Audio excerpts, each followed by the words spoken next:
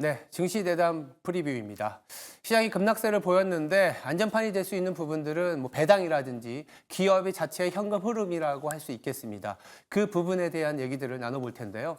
국내 증시가 올해 들어서 상반기에 화두를 잡자면 반도체도 있지만 사실은 또 밸류업 프로그램이라는 국내 증시의 저평가가 해소될 수 있는 이슈가 부각이 됐었습니다. 지금까지도 계속되고 있는 주제이긴 합니다만 기업들의 노력 내지는 최근에 두산그룹과 같은 이슈가 발생하다 보니까 이게 주주 환원 정책이나 기업 밸류 프로그램이 좀 희석되는 거 아니냐라는 좀 우려 섞인 목소리도 사실 있습니다만 이 차트를 보면서 얘기를 좀 드려보겠습니다. 지난 10년간의 주요 지수의 평균 주주 환원율 배당도 있지만 자사주 매입 같은 주주에게 실질적으로 돌아가는 어떤 비율이라고 보시면 될 텐데요. 미국 같은 경우에는 무려 90%가 넘었습니다. 그런데요, 한국 같은 경우에는 30%, 중국하고 비슷한 레벨이라고 볼 수 있습니다. 저평가의 원인일 수도 있고 한국적인 특징을 좀 감안해야 된다라는 얘기도 있지만 사실상 배당이라든지 자사주 매입 같은 주주 환원율이 낮았던 부분들은 한국의 PBR이나 밸류에이션이 저평가 내지는 낮은 원인 중에 하나인 것은 분명합니다. 이 부분이 이건 지난 10년간 평균이고 올해 들어서는 조금씩은 개선될 수 있고 그리고 최근과 같이 증시의 변동성이 커졌을 때 주주 환원 노력을 많이 하는 기업들은 상대적으로 또 안전한 흐름을 보일 수 있다는 측면에서는 지금 이 시점에서 주주 환원에 관련된 그리고 밸류 프로그램과 관련된 이슈가 얼마나 진행이 되는지 잘 챙겨볼 필요가 있겠습니다. 그래서 증시 내담에서 자세히 좀 다뤄보도록 하겠습니다. 지금 바로 시작하겠습니다.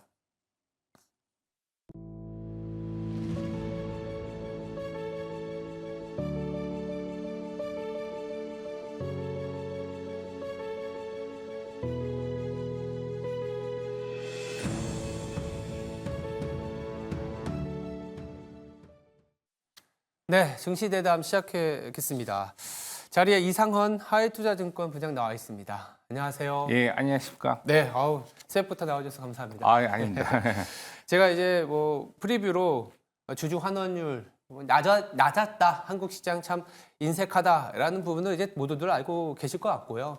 그러다 보니까 정부에서도 상반기에 연초에 이제 밸류 프로그램 하면서 이제 야심차게 준비를 했습니다. 현재까지의 어떤 밸류 프로그램의 현황을 한번 짚어볼 필요는 있을 것 같아요. 예, 그럼 한번 말씀드리죠. 그 밸류 프로그램은 한마디로 얘기하면은 자본의 그 활용성을 증대시키는 겁니다. 네. 여태까지 아까도 이제 앵커님이 말씀하셨듯이 자본의 활용성이 낙후됐기 때문에 주주 환원율도 약하고 그런 부분들이 코리안 디스카운트로 연결되고 있는데 이 부분을 자본의 활용성을 증대시키기 위해서 정부에서는 1월 중순에 금융위원회에서 대통령한테 업무 보고하면서 처음으로 밸류업 프로그램의 윤곽이 좀 나타났고요. 1월 말부터 그 금융위원장이 자산운용사라든지 여러 가지 이제 그 CEO랑 만나서 이 밸류업 프로그램의 중요성에 대해서 좀 말씀을 하셨고, 그 다음에 2월 말 정도에 1차 가이드라인이 나왔습니다. 그래서 1차 가이드라인이 나온 이후에 뭐 주가도 이제 변동성이 좀 심해졌지만은 특히 이제 금융 지주사라든지 그런 거 위주로 상승 흐름을 갖고 5월 2일 날 그 2차 가이드라인 최종 라인이 발표가 됐고 5월 27일 날 전격적으로 시행이 됐습니다. 근데 이제 중요한 건 뭐냐면 보통 그 정책을 보시면은 정책에 대한 지속성 그런 것 때문에 그냥 아까도 용두삼이라고 나왔듯이 언론에서도 뭐 알맹이가 없다 뭐 그렇게 떠들고 있고 그렇지만은 보실 때 정책의 본질을 보실 때 그게 지속성이 있느냐 그리고 특히 주가의 영향에서는 어떤 걸 보시냐면 주가는 실적 곱하기 밸류에이션인데 그 정책의 밸류에이션에 영향을 과연 미칠 수 있느냐가 최대 관건입니다. 그 대표적으로 뭐냐면은 2020년 8월 달에 그린 뉴딜이랑 디지털 뉴딜 정책하고 뭐 BBGI 지수 그런 것들이 다 있었는데 그런 것들은 정책의 지속성이 없으면서 단지 이벤트성으로 끝났습니다. 그런데 이 정책을 보실 때 단지 이벤트성으로 끝나면 지금 얘기할 게 없어요. 왜냐면 지금부터 시행이 되고 앞으로 12월 말 갈수록 밸류업 공시가 많기 때문에 이런 것들은 그냥 용도삼인가 끝날 수는 없는데 어떤 측면에서 봐야 되는지 그리고 밸류에이션에 영향을 미치는지 그게 핵심적으로 보시면 될 것 같습니다.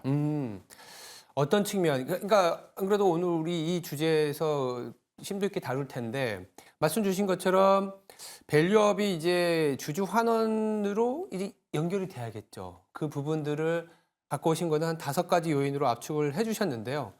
하나하나 좀 살펴볼까요? 네. 그럼 근본적으로 말씀드리면 자본의 활용성을 증대시키면은 ROE가 증가될 수밖에 없습니다. 그렇죠. 그래서 기업들한테 뭐라고 하냐면 너네 현행 진단을 하고 그거에 맞춰서 목표를 하고 네. 계획을 하고 그다음에 이행을 해라. 주로 ROE가 증가되는 관점으로. 네. 그런데 ROE는 이익 나누기 자본으로 구성됐습니다. 그렇죠. 근데 PBR 낮은 기업들은 ROE가 높을까요, 낮을까요? 낮죠. 낮죠? 네. ROE가 낮기 때문에 PBR이 낮은 거지. 그렇죠. ROE가 높은데 PBR이 높을 수가 없어요. ROE가 높으면 PBR이 높을 수도 있죠. 아니, 그러니까 PBR이 낮을 수가 없죠. 예, 그렇죠. 제가 네. 잘못 얘기했습니다. 네네. 아침에. 그러니까 ROE가 높은데 PBR이 낮을 수는 없어요. 그렇죠. 다 ROE가 높으면 다 PBR이 높습니다. 그렇죠. 그런데 이 밸류업을 한다고 해서 이게 뭐 도깨비 방맹이도 아니고 맞습니다. 이게 지속성이 없는 애들이 대부분 PBR이 낮고 그렇죠. 근데 그런 애들은 차입금이 많기 때문에 배당이라든지 하게 되면 부채비로 올라갑니다. 현금 흐름이 없으니까. 예, 그렇죠. 그런 애들 부하고 이익이 갑자기 이 늘어날 밸류업 수도 한다고 없는 늘어날 거고. 수가 없어요. 그렇죠. 그러니까 정부에서 지금 추구하는 거는 뭐냐면 ROE를 증가시키는데 분모를 줄이는 역할로 ROE를 증가시켜라. 그러면 기업 가치가 제고가 되면서 주가가 상승하지 않겠냐.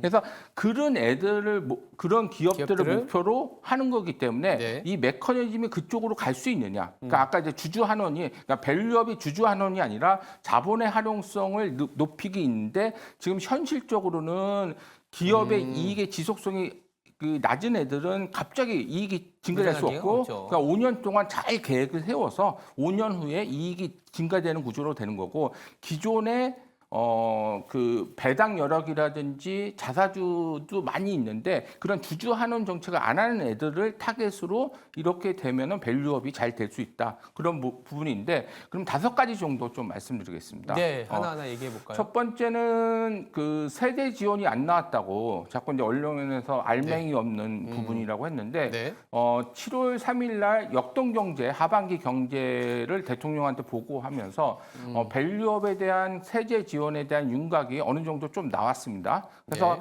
이번 주 내지 다음 주에 그 기획재정부에서 세법 개정안, 내년도 세법 개정안을 하면서 확정해서 발표를 할 건데, 네. 대체적으로 윤곽은 이제 법인세 측면에서 그 여태까지 3년 동안 평균 뭐 자사주를 매입 소각을 했다든지 아니면 네. 배당을 한 거에 대해서 네. 초과분 5%의 부분에 대해서 5% 법인세 공제를 해주겠다. 네. 그게 첫 번째고 네. 두 번째는 소득세 측면에서 원래 이제 2천만 원 그 배당 소득이라든지 그런 것들은 2천만 원 이하는 14% 분리가세 하는데 맞습니다. 그거를 9%로 세율을 좀 낮추겠다. 네. 그다음에 2천만 원 이상은 종합가세소득으로 합산해서 하는데 이게 이제 가표구간이 8%에서 45% 구간입니다. 네. 그 부분에 대해서 25% 분리가세가 있다. 그렇게 보시면 될 건데 두 가지로 핵심으로 기업 밸류업 프로그램을 하는데 이제 네. 보시면 알겠지만은 그렇게 큰 효과는 없어요. 그런데 제가 생각하는 이 효과는 뭐냐면 네. 기업들한테 주주 환원 정책을 할 수 있는 명분을 제공한다는 거죠. 명분. 예. 그러니까 과연 삼성전자가 이 법인세 공제가 통과 안 됐다고 해서 배당을 줄 걸 안 주고 그렇게 하진 않죠. 하지 않죠. 네. 그렇기 때문에 기업들한테 주주 환원의 명분을 이런 것들이 정부에서 이렇게 노력하니까 네. 우리는 KB 금융주주 입장에서 주주 환원의 명분을 확대할 수 있는 명분을 제공한다. 그렇게 그렇죠. 보시면 될 것 같고 지금 언론에서는 이 법이 통과가 불확실하다고 뭐 얘기하는데 야당이 뭐 동의하겠냐. 근데 뭐 이런 거죠. 이거는 조세특례 제한법상으로 되는 거고 네. 3년 한시적입니다. 그럼 네. 보통 조세특례 제한법은 그 이제 호가 몇 개 있냐면 거의 이제 뭐 중소기업 세액공제라든지 그 해서 한정된 법이고 특례를 네. 주는 한정된 법이기 때문에 1호부터 300회까지 횟수가 많습니다. 그래서 법인세나 소득세나 부가가치세나 상속세, 증여세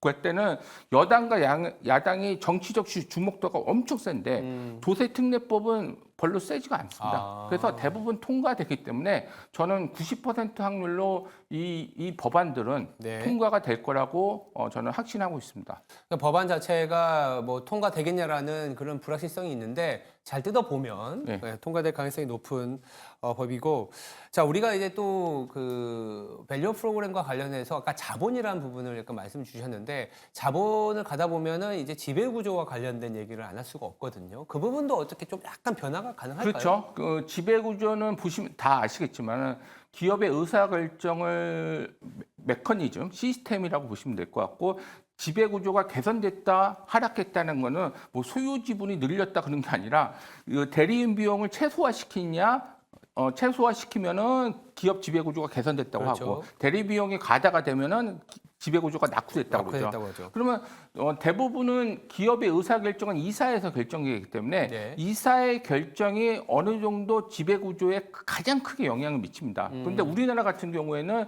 지배주주와 소액주주의 대리인 비용이 엄청나게 이사의 역할이 낙후됐기 때문에 엄청나게 하는데, 이번 기업 밸류업 프로그램 자체는 이사회에서의 의결을 거치도록 권고를 했습니다. 네. 그렇기 때문에 이사의 결정의 그 권고가 대부분 이사의 결정에서 나타난다고 그러면 이사의 노출도가 심하기 때문에 네. 이 이사는 다 아시겠지만 기업의 이익에 그 충실 의무가 있고 상법상 그렇게 돼 있죠. 성관주의가 있고, 네. 그다음에 그거를 잘 안 될 시에는 기업한테 손해배상 책임이 있습니다. 그래서 네.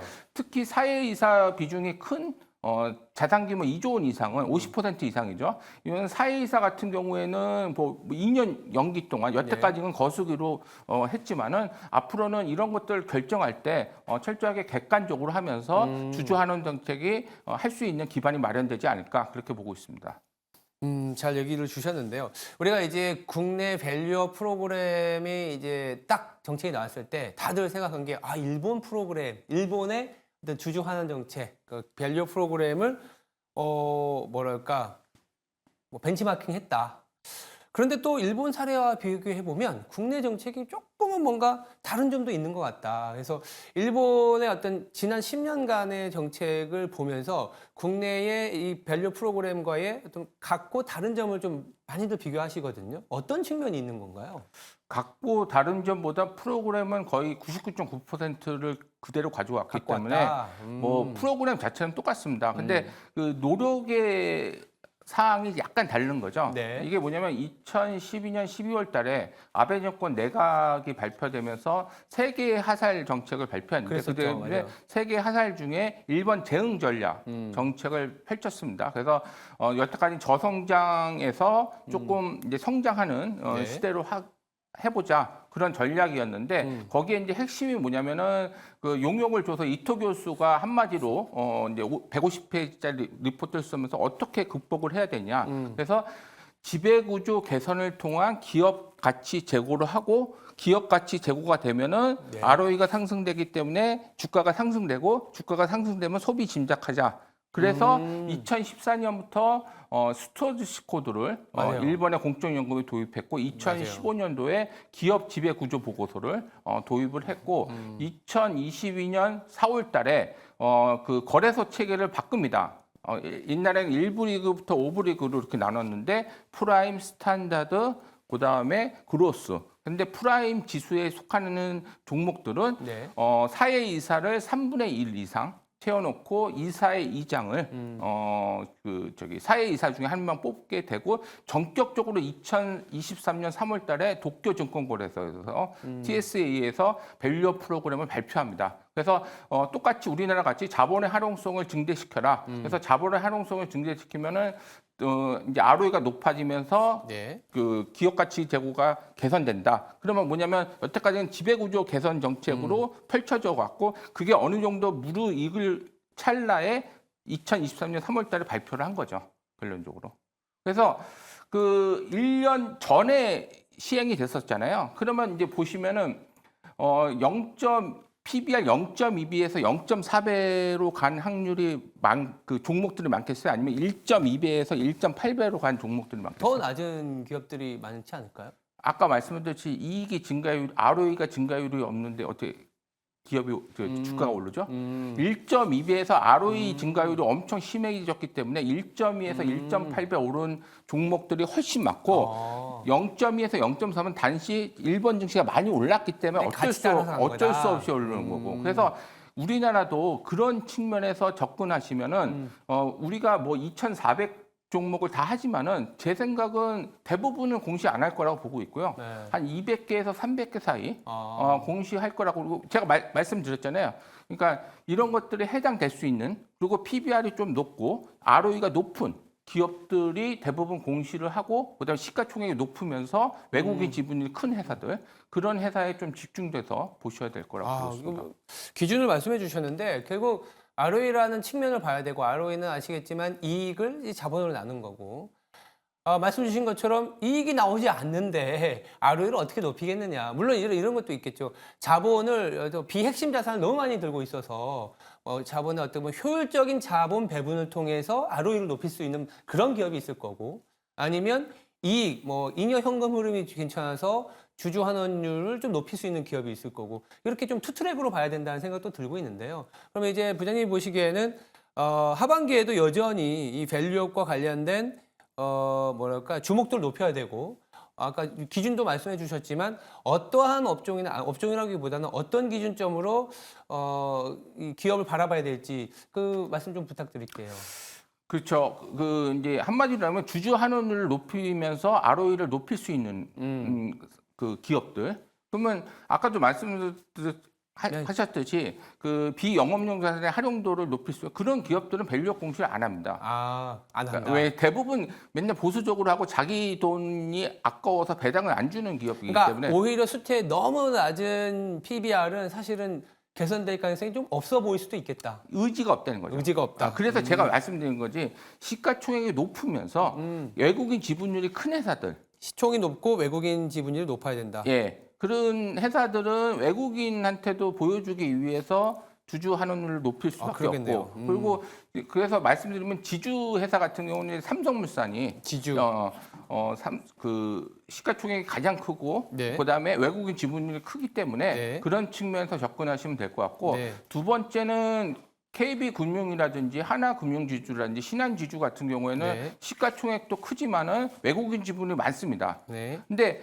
원래 이제 그런 금융회사 같은 경우는 배당을 줄 때 배당을 하고 싶어도 정부에서 여러 가지 이자 노름하냐, 상생해야 그렇죠. 되는데, 그런데 지금 밸류업에 대해서 이제 펼쳐졌잖아요. 네. 그러면 이제 마음껏 할 수 있는 배경이 되는 거죠. 명분이 생겼다. 예, 그리고 네. 보험회사들 중에서도 삼성생명, 삼성화재가 좀 이런 주주 환원 정책을 할 수 있는 여러 개 있고, 네. 특히 그 정부 소유 유틸리티 종목들은 원래 이제 배당에 대한 함수로 밸류에이션을 매기는데, 그래서 항상 또 방어주 역할도 하고 예, 그랬었죠. 그렇죠. 근데 2년 동안 배당이 없었습니다. 적자 나왔기 때문에. 미수금도 많고. 예, 그렇죠. 근데 올해부터는 이익이 나면서 배당을 분명히 주고, 네. 그다음에 정부의 시책에 따라서 배당 성향이 40% 정도 되니까 네. 충분히 이쪽은 당연히 정부 소유니까 네. KPI로 밸류업 공시가 반드시 들어갈 거고, 그런 측면에서는 정부 유틸리티주 좀 눈여겨봐야겠다. 그렇게 보시면 딱 생각이 들었을 때는 자본이 많아서 0.1배, 0.2배의 저평가 종목을 봐야 되겠다라는 게 밸류 프로그램의 딱 직관이 그게 아니라 시총도 높고 외국인 지분들도 높은 지금 말씀 주신 거는 이 지주나 보험이나 유틸리티에서 잘 찾아봐야겠다. 그리고 또 사실 또 방어적인 역할을 할 수 있는 최근과 같은 장세에서는 눈여겨봐야 되는 종목이지 않겠냐라는 생각이 들고 있습니다. 네, 지금까지 이상헌 하이투자증권 부장이었습니다. 말씀 감사합니다. 네, 고맙습니다. 네.